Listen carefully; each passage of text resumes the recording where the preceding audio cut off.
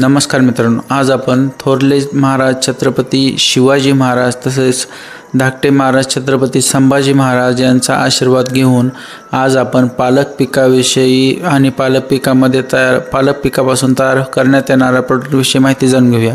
सर्वप्रथम आता आपण पालक शेतकऱ्यांच्या शेतामधून काढतो। ते काढल्यानंतर आपण त्याला व्यवस्थित विकासधारा ॲग्रो शेतकरी उत्पादक कंपनीच्या माध्यमातून पाठवण्यात येणाऱ्या वाहनामध्ये त्याला टाकून आपण फॅक्टरीपर्यंत आणतो।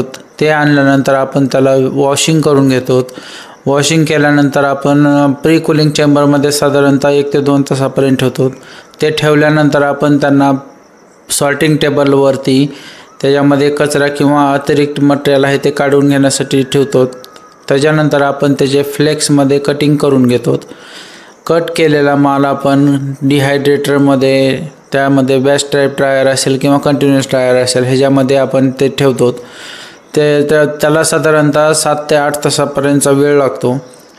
त्याच्यानंतर आपण पालकाची पावडर करण्यासाठी आपण त्याला ग्राइंडिंग मशीनमध्ये ठेवतो। ही ग्राइंडिंग मशीन आपली तासाला 2 टनापर्यंत ग्राइंड करू शकते।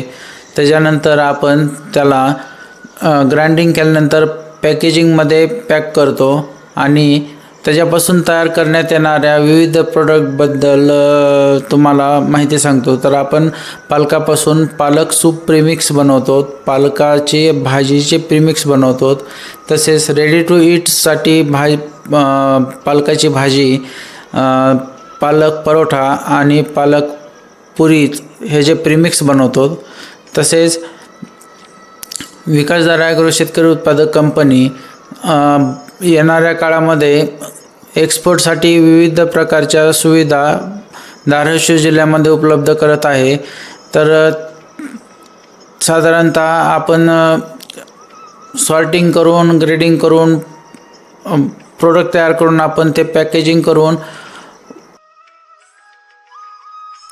अशाच प्रकारचे नवनवीन व्हिडिओ पाहण्यासाठी कृपया आपल्या चॅनलला लाईक करा, जास्तीत जास्त लोकांपर्यंत शेअर करा आणि सबस्क्राईब करा। धन्यवाद।